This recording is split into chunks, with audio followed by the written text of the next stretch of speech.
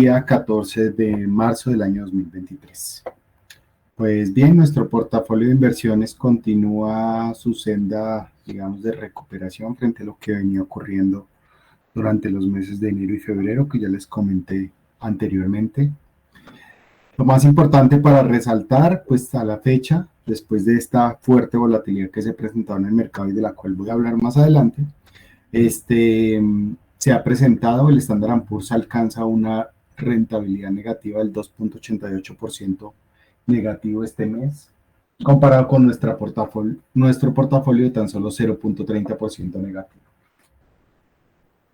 Si bien es cierto, el mercado se está recuperando el día de hoy, no hemos alcanzado, digamos, esa senda positiva todavía en el desempeño del mercado, y ya vamos a ver también por qué está ocurriendo esto. Tenemos para el Standard & Poor's una caída máxima de 4.76, una caída bien fuerte. Nuestro portafolio el 4.52 con una desviación estándar comparativa de 1.02 contra 1.52. Pues estamos cerca de 300 puntos básicos arriba del Standard & Poor's. Esperamos seguir con esa senda, como les mencionaba, de recuperación en nuestro portafolio de inversión. A la fecha, o antes de la apertura del mercado esta mañana, teníamos el 41% en cash o en efectivo, y nuestras posiciones más relevantes se encontraban en tecnología y en consumo cíclico. Ustedes pueden observar que dentro de las posiciones más relevantes de nuestro portafolio están Apple, Amazon. El día de hoy, esta mañana, ya estábamos empezando a comprar también o aumentando la posición en Microsoft, que nos llevaría a una posición más relevante en el sector tecnológico. El sector tecnológico, pues, es uno de los sectores que más volatilidad ha presentado este mes. Ustedes bien saben que está directamente ligado con todo lo que ocurrió en California la semana pasada. Empecemos a mirar un poco lo que ha venido ocurriendo, pues, con los mercados durante esta semana o la semana anterior. Quería arrancar con este índice del mercado, que es el índice de CNN, el cual se está actualizando en tiempo real. Lo pueden buscar en la página de CNN, y básicamente lo que hace es recoger el sentimiento de los inversionistas institucionales en el muy corto plazo.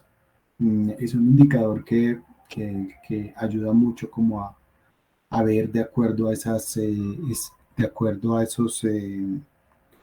expectativas, qué tan compradores o vendedores están en el mercado. Lo que quiero primero resaltar es ver cómo desde la semana antepasada, antes de la reunión de la Reserva Federal, venía un sentimiento que cada vez se iba haciendo más negativo. Ustedes pueden ver, un mes anterior estaba muy positivo, después pasó a neutral y posteriormente pasó a un sentimiento negativo, y ya la semana anterior, después de que habló el presidente de la Reserva Federal y después de que se dieron a dar a conocer los datos o las noticias acerca del Silicon Valley Bank, miren ustedes cómo el sentimiento de mercado se volcó fuertemente negativo. También lo habíamos visto la semana anterior desde otro punto de vista.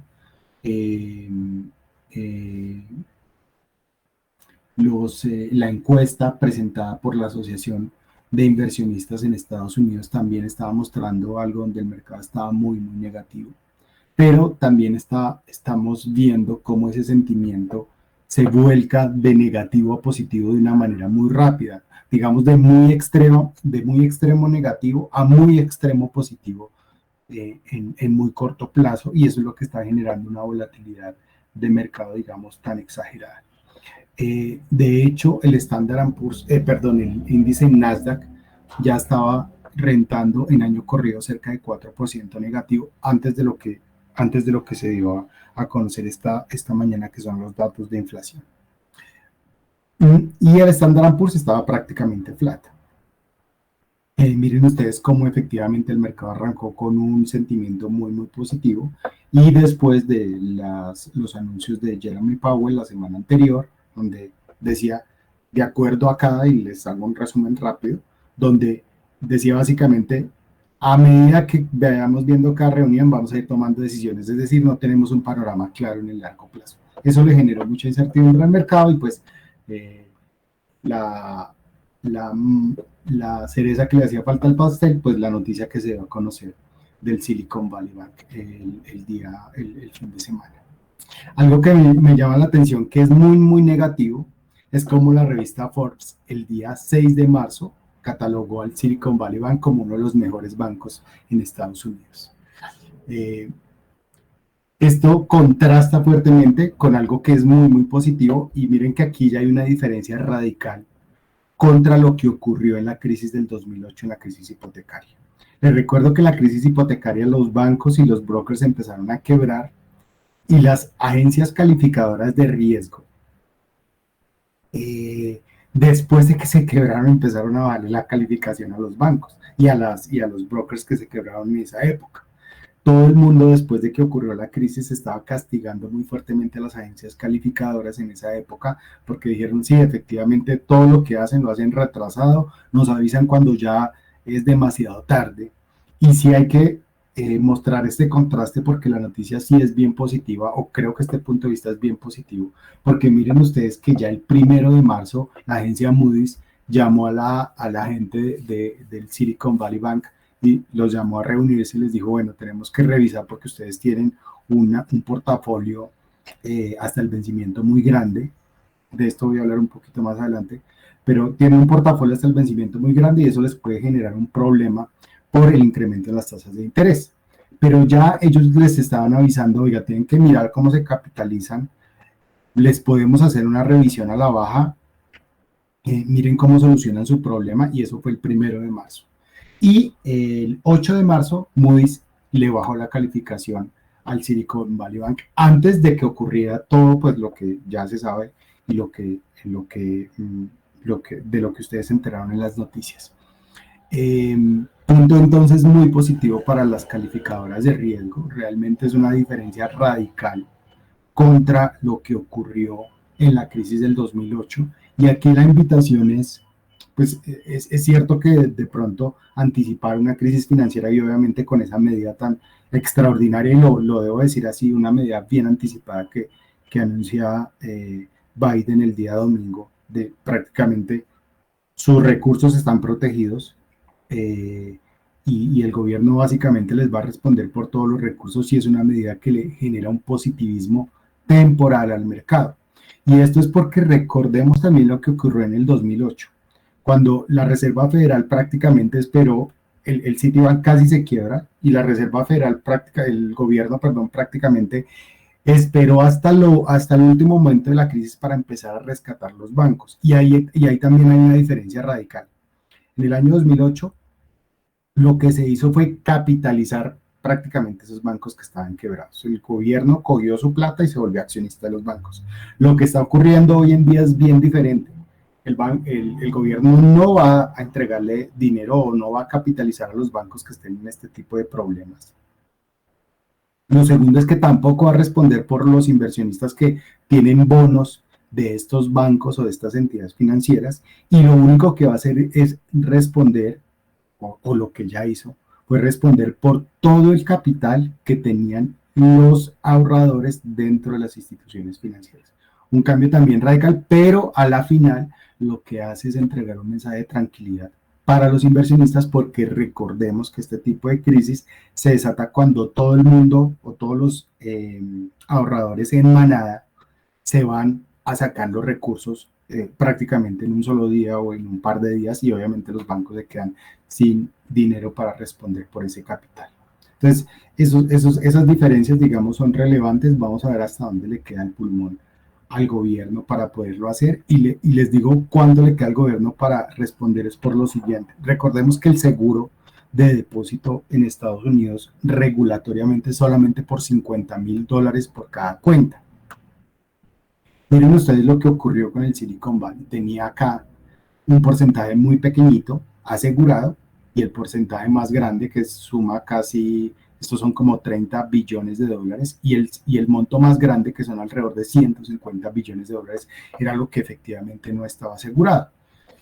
Es decir, que si yo tenía $1.000.000, pues solamente me van a responder por 50.000. Ahí está el problema, pues sabemos que son varias startups en California, tienen que ver con tecnología y por eso el sector tecnológico, digamos, se mueve tanto. Pero miren ustedes cómo el porcentaje de no seguro o el porcentaje no asegurado es el porcentaje muy, muy gigante. Yo diría que la relación es 80-20 o incluso 90-10 de lo que no está asegurado frente a lo que está asegurado. Hay otra noticia positiva aquí y es que desde hace varios años se han empezado a desarrollar una cantidad de seguros adicionales al seguro de depósito que existe.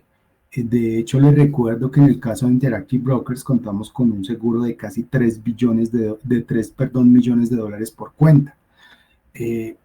Y varias entidades, de hecho nuestro banco aliado en Estados Unidos, que es el Mercury Bank, acaba de denunciar que tiene 2 millones de dólares también asegurados por cada cuenta. Esto le empieza a generar, digamos, mayor tranquilidad a los inversionistas y obviamente estos seguros no se necesitaron en el caso del Silicon Valley, pues por lo que les acabo de mencionar. Lo que es realmente preocupante es lo siguiente. Primero, les recuerdo que estos dos bancos fueron los que se quebraron, el Silicon Valley y el Signature, y miren ustedes en tamaños de depósito y assets, si son, en términos de quiebras, digamos, si son de las quiebras más grandes que se han presentado en toda la historia en Estados Unidos. Solamente fue superada por el Washington Mutual en el año 2008, en la crisis hipotecaria, donde tenía unos depósitos cercanos a los 300 billones de dólares. Entonces el monto no es despreciable. También les recuerdo que este banco es el banco número 15 en tamaño en Estados Unidos. ¿Por qué no era muy famoso? Pues porque los clientes básicamente son clientes pequeñas empresas, pequeñas, medianas empresas que están empezando a surgir, en California y pues atendía a ese tipo de clientes. No era un cliente, no es un banco masivo, pero sí era un banco muy importante. Pues todas las acciones de los bancos regionales cayeron cerca del 18%, esto ya me imagino ustedes lo están viendo en tiempo real, y aquí realmente es donde hay que prestarle atención, digamos, hacia adelante a lo que viene ocurriendo. Esta crisis, ¿por qué se presenta? O esta quiebra, ¿por qué se presenta? Yo recuerdo hace muchos años cuando existía la contabilidad de los bonos y de las acciones, que básicamente uno compraba un bono al 3%, pongámoslo fácil, al 10%, y uno lo que hacía era que cada mes mandaba un 1% a su balance. Entonces la única forma en la que uno, digamos, materializara la pérdida era que por alguna razón las tasas de interés subieran, no sé, al 15% y uno necesitara plata y entonces tenía que materializar ese 5%. Después de la crisis de los bancos en el año 98, en el caso de Colombia y en Estados Unidos, se creó la necesidad de decirle a los bancos, miren, ustedes tenían un problema, es decir, esto ya lo vimos, ustedes tienen un problema porque ustedes no están valorando a precios de mercado. Entonces, todo, de ahora en adelante, todo lo tienen que valorar a precios de mercado. Si el bono que compró en 100 vale 90, usted lo tiene que llevar al balance a 90. Listo. Esa regulación, digamos, cambió. Creo que fue más o menos hasta el año 2008 o 2010. Y en ese lapso de tiempo se creó otra nueva norma, se modificó la norma, más o menos copiándose de lo que estaba pasando en Estados Unidos. Y entonces le dijeron, mire, si usted tiene un porcentaje de bonos que está seguro que va a mantener hasta el vencimiento, entonces ahora tiene dos opciones. Puede dejar unos títulos disponibles para la venta, se llaman así, en Estados Unidos también se llaman así, y puede dejar un porcentaje disponible hasta la venta, es decir, lo que va a valorar a precios de mercado, y puede dejar otro porcentaje en títulos hasta el vencimiento.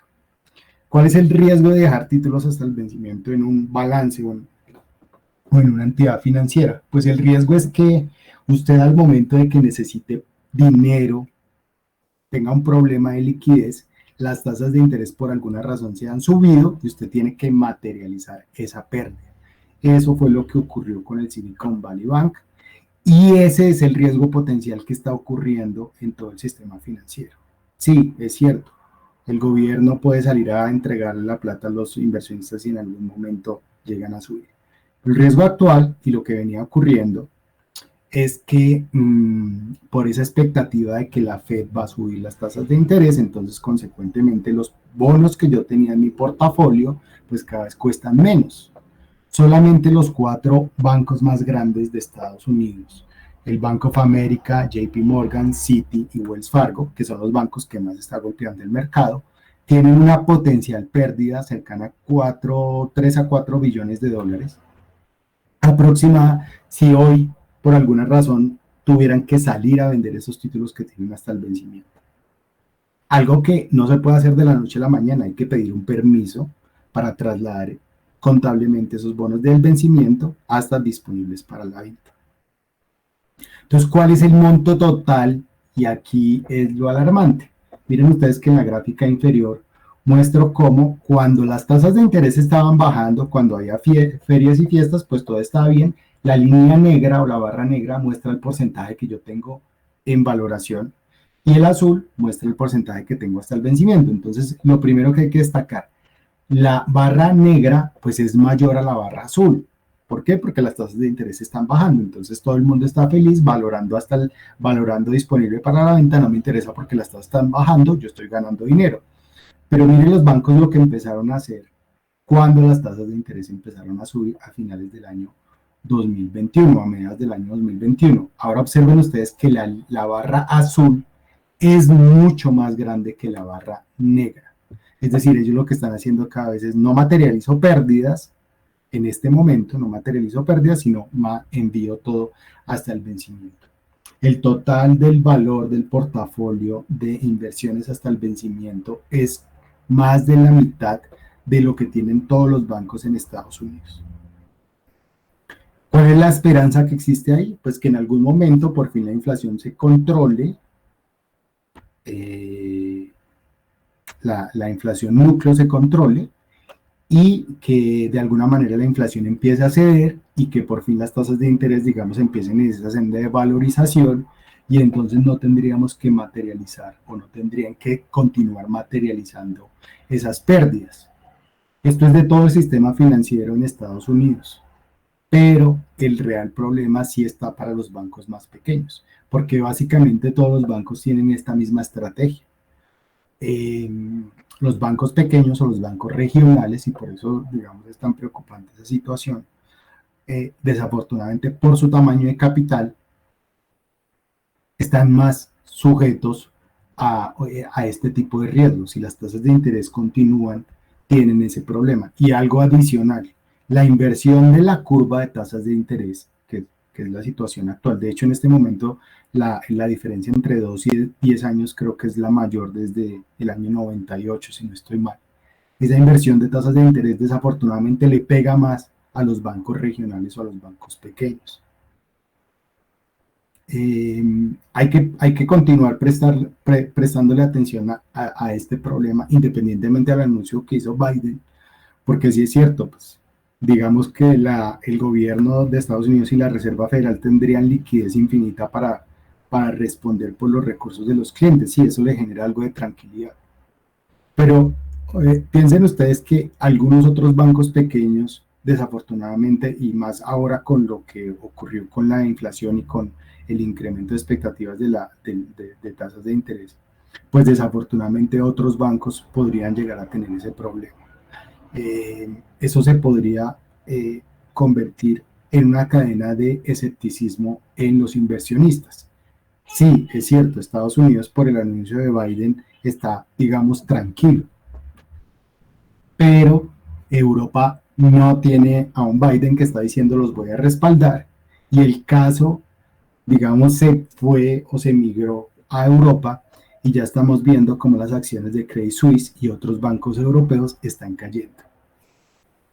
Por esta misma razón tienen una contabilidad similar y tienen este mismo problema, digamos, contable, donde lo más sano y lo más coherente es que cada mes estos bancos o todas las entidades financieras deberían empezar, y hablo de las entidades financieras de todo el mundo porque prácticamente todos están manejando este tipo de contabilidad, empezaran a materializar poco a poco esa pérdida, y lo hablo materializar, no salir a vender los bonos, sino simplemente pasarlos de inversiones al vencimiento hasta inversiones disponibles. Es lo que creo que es lo correcto que deberían hacer para evitar que esto les estalle en algún momento. Toda esa era la parte negativa. Ahora vamos a la parte positiva. La semana anterior se dieron a conocer los datos de desempleo. Pues bien, el desempleo subió de 3.4 a 3.6. Eso lo sabemos. Pero la buena noticia es que primero se crearon más empleos. De 225 se esperaban 225.000 a 311.000. Ese es un dato positivo. Y otro dato que me llamó la atención fue el precio de las horas o la variación de hora de lo que se paga en Estados Unidos. Y miren que ese dato pasó de 0.3 a 0.2%, es decir, bajó. Esos dos datos, digamos, desde mi punto de vista son positivos y lo que muestran es que empieza a haber una dinámica de empleo que puede ser muy positiva y consecuentemente en el mediano plazo se va a ver cómo se podría observar unos números de desempleo un poco más bajos. El dato de inflación de hoy está en línea con lo que les presenté la semana anterior y volví a traer esta gráfica precisamente por eso. Les estaba diciendo que no sabía por qué había tanto ruido y que de todas maneras yo pensaba que la inflación iba a bajar y les recuerdo que les mencioné el tema de los precios de alimentos y agricultura a nivel global. Es esta gráfica, la misma que mencionamos la semana anterior.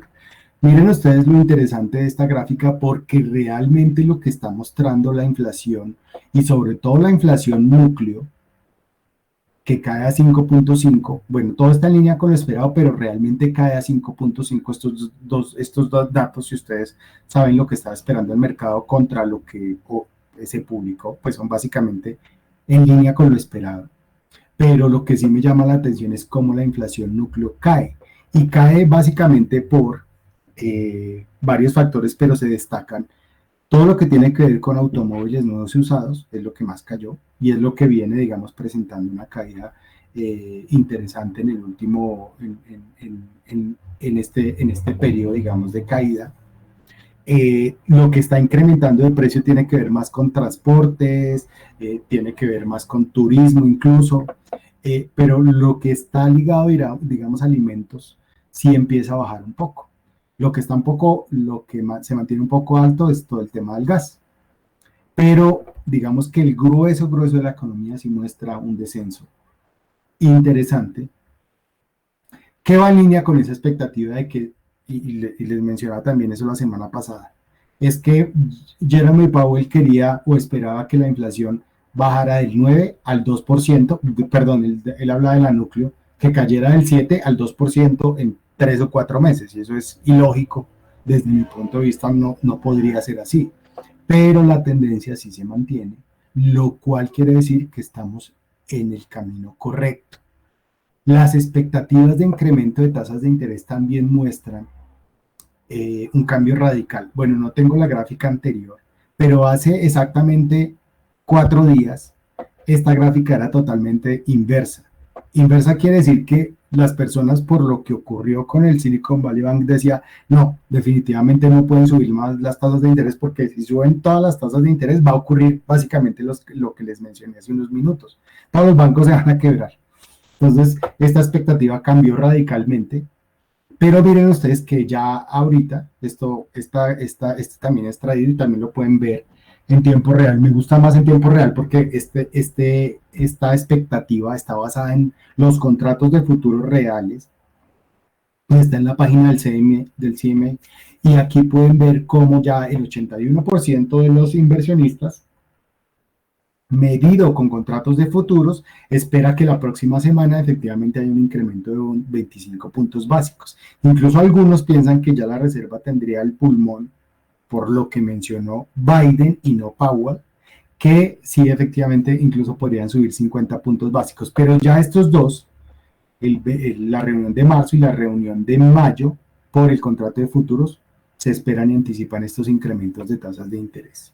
Miren ustedes que si se incrementan las tasas de interés, y esto va en línea con que de alguna manera los bancos dijeran, vamos a dejar, ay, perdón, me fui para el otro lado, en lugar de estar materializando utilidades todos los meses, voy a sacrificar un poquito de estas utilidades que son mentira, porque realmente es así, y más bien voy a empezar a reducir este porcentaje tan alto, esta exposición tan alta que tengo. Pues no sería descabellado que incluso algún regulador mirara esto y dijera, pues van a tener un límite, no sé, van a tener un límite de inversiones hasta el vencimiento porque realmente esto no debería ser así, desde mi punto de vista. Entonces la próxima semana viene un incremento de tasas de interés de 25 puntos básicos, va en línea con ese movimiento, digamos, y control a la inflación. Podrían ser tal vez tres incrementos durante este año, lo que es lo que esperamos, 3 movimientos más, máximo 4, y ahí es donde se espera que prácticamente la Reserva Federal se estabilice y pare de contar. ¿A qué le prestaría yo atención entonces? ¿A qué le prestaría yo atención entonces en mi portafolio de inversión, digamos, si estoy en el otro lado? Ya sé que el riesgo es que los bancos pequeños empiecen o continúen, porque continúa un incremento y empiecen a golpearse, digamos, por ese incremento, porque van a tener una diferencia entre dinero que me exigen y dinero que tengo. Y la única solución es materializar pérdidas de inversiones hasta el vencimiento. Pues le prestaría atención a ese tipo de bancos si tengo en el portafolio ETF que tengan que ver con bancos pequeños, regionales. Los bancos grandes definitivamente, o por ahora, por el momento, pienso que no deberían tener ningún problema. Y definitivamente sí estar revisando las calificaciones de riesgo. En este caso de la agencia Moody's, porque fue la única que hizo el movimiento acertado y lo hizo con tiempo. O sea, creo que están monitoreando muy bien el problema.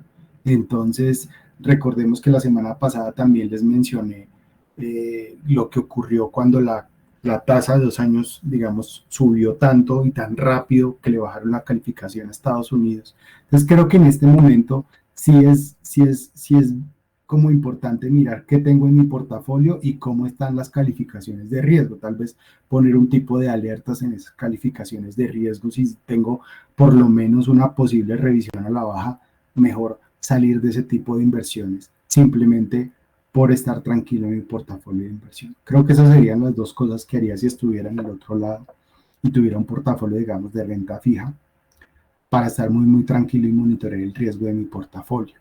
Les estaba mencionando al comienzo de la charla que el sentimiento de los inversionistas está cambiando mucho. Entonces, la semana anterior teníamos mucho miedo y ya hace unos minutos ese miedo que estaba aquí, pues cambió. Esto también ya les había mencionado que lo pueden ver en tiempo real en la página de CNN. Me parece valioso es porque, como les menciono, es básicamente lo que piensan los asset managers en Estados Unidos. Entonces es valioso por ese punto de vista porque los están encuestando, digamos, en tiempo real, y eso sirve mucho. Lo que no me gusta de este indicador, o más bien de lo que está pensando el mercado, es que sigue perdido, pasa de un movimiento muy negativo y pasa al otro muy positivo.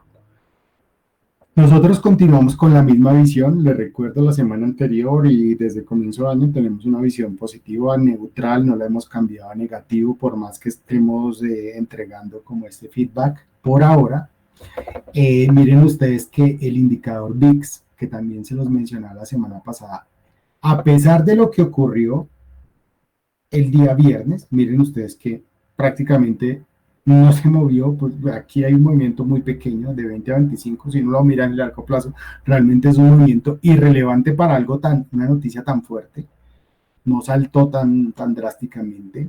Lo único que sí se incrementó levemente, y eso también me llama la atención, es que los precios de las opciones put y la cantidad de demanda por opciones put se subió, pero no se triplicó, ni cuatriplicó, ni cosas de esas exageradas. Se subió cerca de 20%, que no es relevante. Algunas personas comprando seguros, pero está más relacionado con lo que está ocurriendo en este momento en el mercado. Y les recuerdo, la línea color morado es la media móvil de 100 días, la línea de color verde es la media móvil de 200 días. Y en este momento, bueno, desde el día viernes, que estábamos aquí en el anterior comité, les dije tengamos cuidado con esta ruptura, y en este momento básicamente lo que hay es una lucha entre compradores y vendedores para ver dónde se estabiliza esa media móvil. Ya estamos sobre los 3.930, bueno, básicamente está lo mismo que está la gráfica aquí, el Standard & Poor's. Les recuerdo que aquí para entrar en un mercado bajista, es técnicamente, estadísticamente, para que todo el mundo hable de un mercado bajista, debe no solamente tocar una media móvil, la media móvil de 200, sino que debe existir una consolidación. Consolidación son varios días con el precio o con el valor del índice abajo de la media móvil, en este caso es 3.930, es decir, tendríamos que ver varios días con el Standard & Poor's en valor de 3.900 o 3.910, varios días. Si eso no existe, no hay una consolidación, es simplemente un ataque. No es que vea la media móvil y entonces salgo a vender todo mi portafolio, no. Pero sí estamos en ese momento donde hay cierta incertidumbre. Vuelvo y les recuerdo para finalizar, potencial caída si llega a existir esa consolidación. Aquí está el soporte, son 3.550 puntos aproximadamente. Esa pérdida es del 15% al valor actual del Standard & Poor's, 15% adicional. Nosotros por ahora nos mantenemos, digamos, en el terreno positivo. El único punto de vista o lo único que hay que observar, miren ustedes que ni siquiera lo que hizo Corea del Norte el día de ayer, que fue lanzar ese misil al mar de Japón, no le generó ruido al mercado. Bueno, también porque el mercado, digamos, el driver de mercado, lo que está enfocado al mercado es básicamente lo que pase con los balances de los bancos. Entonces, pues el mercado está enfocado ahí. ¿Qué hacemos para no perdernos una posible caída? Vuelvo y repito para concluir. Está revisando las calificaciones de riesgo, sobre todo la agencia Moody's, que me parece que es la que está realmente poniendo el ojo. Ya si Standard & Poor's lo hace después, pues, pero Moody's realmente fue la que acertó en su medida. Estar mirando las calificaciones de los bancos regionales de Moody's. Y ver si hay algún movimiento de calificación, estar muy pendiente digamos, de la situación de los bancos regionales a través de los índices de bancos regionales, que son los que están más expuestos a todo lo que les acabo de mencionar, hasta el vencimiento. Espero no haberlos enredado con eso. Y desde nuestro punto de vista, que ahorita empieza la entrega de resultados, y eso vamos a hablar la otra semana, la entrega de resultados de compañías, pues ahí podríamos empezar a ver que eso que les mencioné, de que el valor por hora de las personas, es decir, el precio de las nóminas, podría empezar a disminuir un poco, podría impactar positivamente o se debería empezar a ver reflejado en los estados financieros de las compañías en las que nosotros estamos invertidos. Entonces ahí esperemos haya un impacto positivo. Miren ustedes que estamos solamente arriba de los 4.000, que es una zona psicológica, y aquí básicamente hay un 3%. Es decir, necesitamos un 3% arriba, 3% consolidación en la zona de los 4.000 puntos, y ya definitivamente podríamos estar muy cerca de por fin romper este canal bajista que nos ha llevado. ¿Qué es lo que necesitamos? Pues desafortunadamente la próxima semana con esa subida de tasa de interés va a volver a hablar Jerome Powell. Esperamos que el discurso por lo menos sea corto, que no diga otra bestialidad y que no lleve al mercado a la baja, pero miren que después de eso, ahí sí tendríamos una etapa, digamos, una etapa que podría ser pues tranquila, ¿no? El próximo martes, pues todavía no tendremos decisiones de la Fed porque es el día miércoles, pero si todo va como está presentándose, por lo menos en este momento en el mercado, donde se está generando cierto optimismo, porque básicamente todo el mundo dijo, Biden hizo muy bien la tarea, está haciendo las cosas al derecho y está evitando que el gobierno se va a gastar una tonelada de dinero en 6 meses y no hace nada ya. Eso es correcto, estoy de acuerdo con lo que hicieron. Y está bien que castiguen a los accionistas y a las personas que no están pendientes de la inversión, pues está bien, es lo justo, pero lo más importante es que están protegiendo al ahorrador. Ese mensaje es el que está generando este movimiento y miren ustedes que si la tranquilidad continúa y no se quiebra ningún otro banco en las próximas 2 o 3 semanas, pues por esta subida de tasas de interés que va a continuar, eh, pues aquí lo que vamos a tener es una consolidación, repito, a los 4.000 y por fin esa ruptura que nos daría el respiro hacia una senda positiva, ¿no? Creo que la visión es neutral positiva la que les quiero dejar y no olvidar monitorear también lo que les mencioné, que espero les sirva para su portafolio de inversión propia. Nos vemos entonces la próxima semana. De verdad les agradezco como siempre su participación y les deseo una feliz semana para todos. Nos vemos.